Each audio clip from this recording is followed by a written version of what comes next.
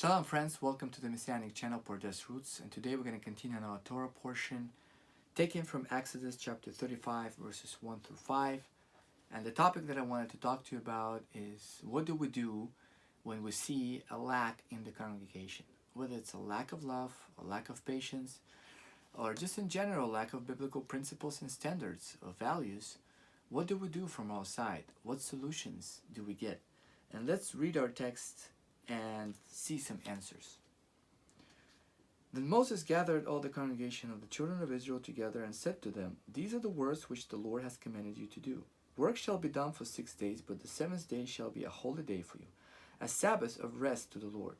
Whoever does any work on it shall be put to death.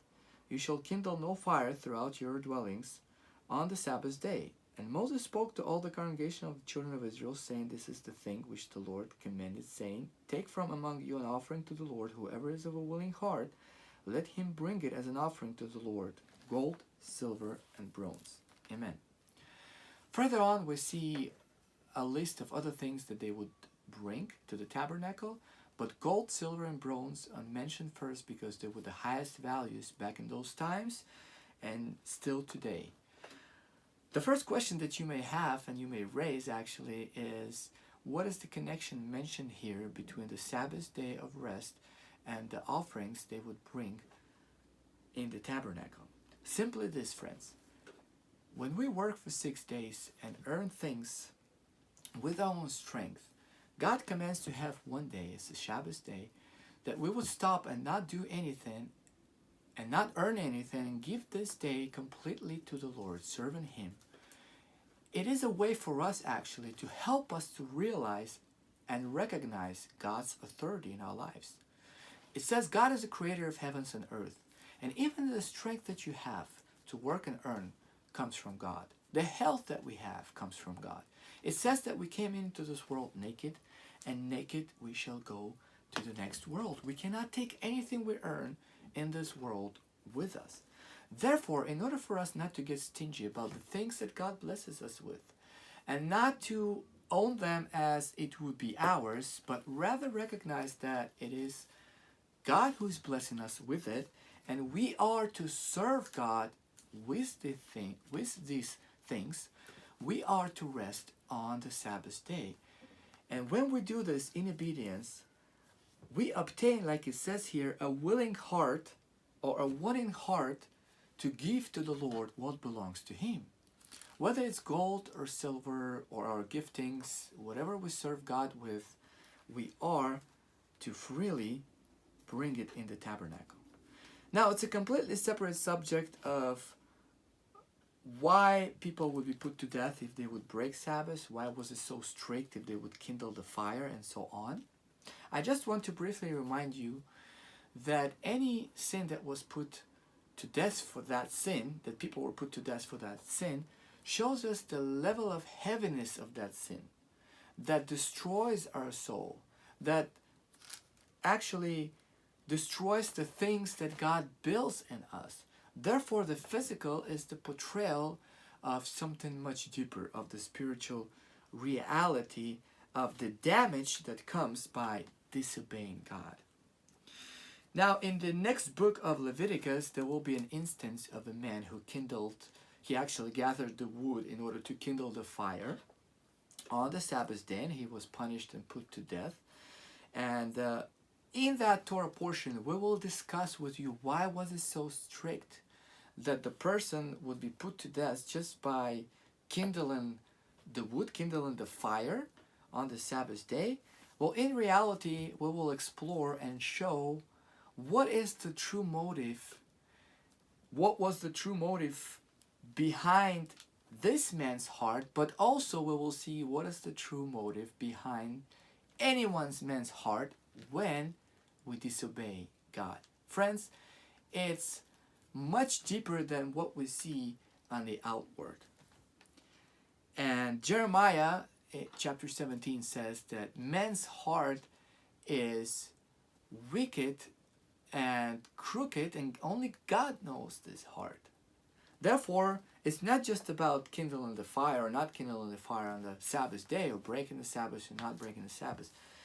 it is the issue, a certain issue of man's heart, which we'll talk with you about later when we finish the book of Exodus and get to that story in the book of Leviticus. Now, back to our story. Now, they are bringing gold, silver, bronze, etc. Whatever they have, actually. If they didn't have it, they wouldn't bring it. But if they had it, they would bring it according to their heart. When we say that there is no value of love, there is no gold of patience, symbolically speaking, in my congregation or in this congregation, and we'll begin to blame and point our fingers to this and that people, we have to ask ourselves a specific questions. Well, do I have this love? Do I have this patience? And if I do, why would I just bring it into the congregation just like these people brought gold, silver, and bronze? You see, it's the same thing by raising a question, why there is no love that is brought in my congregation.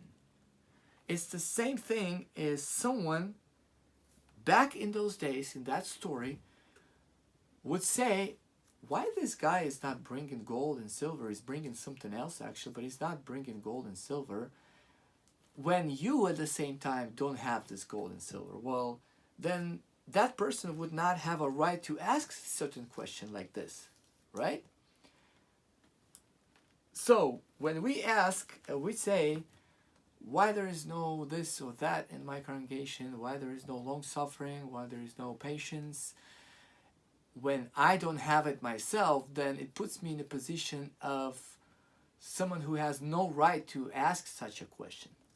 However, if I do have these things, right? If a person would have gold and silver and he would say, why this person is not bringing gold and silver, but he himself would withhold it in his house, well, he would be told, well, just bring it on and we will have it in the tabernacle, right? The same thing with these values that we are concerned about, friends. If we say that we have love and we have patience, but we say it is not so in my congregation, well, why would I not bring it with me to the congregation, just like those people would bring gold and silver, and help and enrich the congregation with the gold and silver of love and patience? And the same principle works of how should I do it if I don't have it? Well, just like them would rest on the Shabbat, and they would realize that what they have to bring to the Lord because it's His. When I rest in the Lord, and I'm not only talking about the Sabbath day, but when I enter into His spiritual rest of Shabbat, because the Sabbath rest is the picture of the spiritual rest.